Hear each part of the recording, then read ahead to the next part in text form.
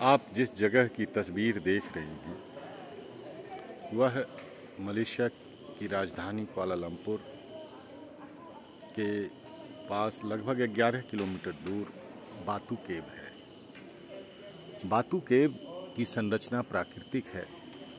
आप अगर ऊपर देख सकते हैं तो यह खुला आसमान इस पहाड़ के पीछे से दिखता है। पहाड़ की संरचना कुछ इस तरह है कि लगता है मानो प्रकृति में किसी कलाकार ने बैठकर उकेर दिया हो। मेरे पीछे की आकृति को आप देखिए और ऊपर की बनावट को देखिए। लगता है कि प्राकृतिक भूस्खलन के बाद ज्वालामुखी फटी हो और ज्वालामुखी फटने के बाद क्रमशः यह संरचना बनी हो। इसकी भी एक कहानी है। इस कहानी के पीछे अगर आप जाएंगे तो अमेरिकन प्राकृतिक वैज्ञानिक विलियम होनार्ड ने 1878 में इसकी खोज की थी। खोज के दौरान उन्होंने प्रकृति के अद्भुत नज़ारे को देखा। यह सैंडस्टोन का पहाड़ है और जब आप मेरे पीछे देखेंगे तो इस स्टोन के जो श्वेत रूप हैं वह भी आपको दिखेंगे। जब इस गुफा की खोज हुई तो खोज के बाद भारत के तमिलनाडु के निवासी थम्बु स्वामी पिल्ले ने 1891 में उन्होंने इस जगह को निर्मित करना शुरू किया। थम्बु पिल्ले दक्षिण भारत से आए थे, अपनी संस्कृति को लेकर आए थे और अपनी संस्कृति के तहत उन्होंने तमिलनाडु की संस्कृति, जो तमिलनाडु के कार्तिकेय कहे जाते हैं, उन्हीं के आधार पर यहाँ मंदिर का निर्माण कराया। कोई भी धार्मिक स्थल हो, पहले वह प्राकृतिक स्थल होता है और प्राकृतिक स्थल के साथ साथ वह अपने आप को ढालता और रचता है। मेरे पीछे आप दक्षिण अमेरिकी वास्तुकला का नमूना देख सकते हैं। यह मंदिर जितनी प्रसिद्धि पाए हुए है उससे ज़्यादा प्राकृतिक दृश्यों को देखने के लिए लोग यहाँ आते हैं। बहुत सारी गुफाएं हैं और गुफाओं में कई तरह के देवताओं को स्थापित किया गया है, लेकिन मुख्य रूप से जो यहाँ के देवता हैं वह है मुर्गन। और आप जानते हैं कि मुर्गन शिव और पार्वती के पुत्र हैं। आपको जहाँ मैं दिखाना चाह रहा हूँ वह केव जैसे लगता है कि बट वृक्ष की जो जड़ें हैं वह लटकती नज़र आती है। मेरे पीछे के दृश्य को आप देखिए और फिर ऊपर के दृश्य को देखिए। बातू केव जितना धार्मिक भावना को लेकर चर्चा में रहा है उससे ज़्यादा प्राकृतिक अवस्थाओं को लेकर रहा है। आप यहाँ पर बनी हुई ये गुफाएं जिससे कि मैं पार कर रहा हूँ, मेरे पीछे आप देख सकते हैं जो गुफाओं का भंडार है यह। और जब मैं यहाँ आया तो मुझे लगा कि वाकई में बहुत खूबसूरत जगह है। हमारे साथ आए मुंगेर यूनिवर्सिटी के ही इतिहास के विद्वान प्रोफेसर डॉक्टर यादविंदु आकर उन्होंने कहा कि इतिहास में यह एक ज़बरदस्त खोज है और उन्होंने कहा कि जो ऐतिहासिक घटनाएं होती हैं वह प्राकृतिक घटनाओं को साथ लिए हुए हैं। यह भौगोलिक संरचना के आधार पर आप इसे इतिहास से जोड़ सकते हैं। मेरे पीछे डॉक्टर यादविंदु जो इस मनमोहक दृश्य को देखकर बहुत ज़्यादा स्तब्ध हैं कि प्रकृति का नज़ारा कुछ और होता है, और जब प्रकृति अपने नज़ारे को बिखेरती है तो उसके इशारों पर चलने वाले लोग अपने अपने रास्ते भूल जाते हैं। यह मंदिर का या फिर बातू गुफा का मुख्य भाग है। इसके आगे मैं उस भाग में जाऊंगा जो कि ठीक इसके नीचे है। यह दृश्य देखकर मुझे बहुत बहुत चकित करने वाला लगा कि एक ऐसा पहाड़ जो कि अपने में कलाकारी का सारा नमूना समेटे हुए हो। आप अगर मेरे पीछे देख पा रहे हों तो इस पहाड़ की कारीगरी को देख सकते हैं, और फिर इसी पहाड़ के ऊपर एक सुरंग जैसे लगता है कि कभी ज्वालामुखी फटी हो और यहाँ से लावा बाहर निकला हो। दूसरे भाग में मैं फिर मिलता हूँ इसी मंदिर के पीछे के भाग से, जो आप देख पा रहे हैं एक बहुत ही खूबसूरत दृश्य बातू केव का, और यह प्रवेश द्वार है। दक्षिण भारत के मंदिर में जिस तरह से गोमुख की कल्पना की गई है कि मंदिर प्रवेश से पहले एक बड़ा द्वार बनाया जाता है, इस बातू केव में भी यह एक गोमुख की तरह है, और यह गोमुख आदमी के द्वारा, मनुष्यों के द्वारा बनाया गया नहीं, बल्कि प्राकृतिक संरचना का एक जीता जागता उदाहरण है।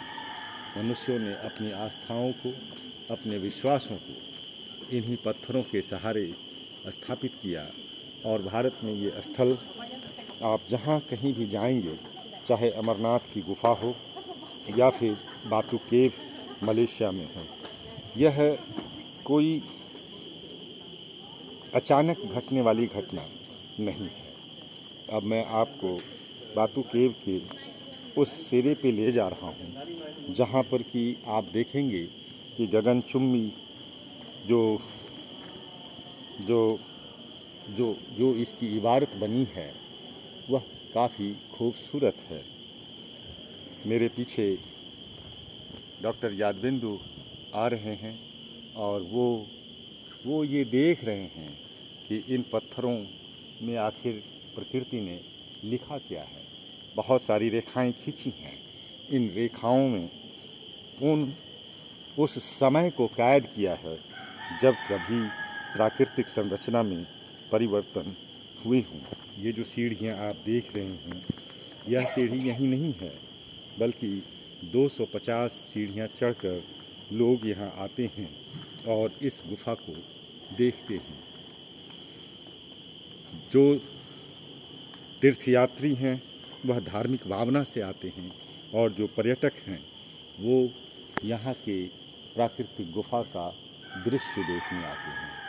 प्रकृति में ही धर्म ने अपना स्थान बनाया, और उसी धर्म को फिर एक नए रूप में संस्कारित किया। मनुष्य की जो कलात्मक अभिव्यक्ति है, मनुष्य की जो आस्थागत अभिव्यक्ति है, वह धर्मों में प्रकट हुई है, और उस धर्म का जो आधार है कहीं न कहीं प्राकृतिक संरचना को साथ लिए हुए है।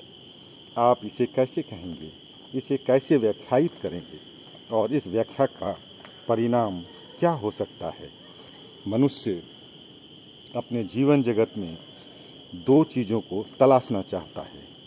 एक प्रकृति का वह रहस्य जिसे कि धार्मिक आस्थाओं ने धर्म का रूप दिया और धर्म में ईश्वर को स्थापित किया। अब यहाँ पर एक सवाल उठता है कि धार्मिक आस्थाओं का विकास प्राकृतिक अवस्थाओं से होकर हुआ है, और दूसरी मान्यता है कि प्रकृति को नियंत्रित करने वाली शक्ति ईश्वर है। अब प्रकृति ने ईश्वर को जन्म दिया, या फिर ईश्वर को जन्म देने वाली प्रकृति ने इन रूपों में अपने आप को निर्धारित किया। एक बेजोड़ गुफा। मैं किसी धार्मिक आस्था से नहीं आया था, मैं यहाँ पर बातू गुफा देखने आया था और इस गुफा को जो जिस तरह से निर्मित किया है, जिस तरह से सजाया है, यादविंदु जी कहते हैं कि वाकई में बहुत खूब है, आना चाहिए। आपकी अगर आस्था यहाँ नहीं लाती तो कम से कम प्राकृतिक अवस्था को जरूर देखने आइए। एक स्वर्णिम समय, जिस समय को हम कैद करना चाहते हैं, आप यहाँ की जो प्राकृतिक जो स्थितियाँ हैं आप देखेंगे तो आपको लगेगा कि वाह क्या बात है।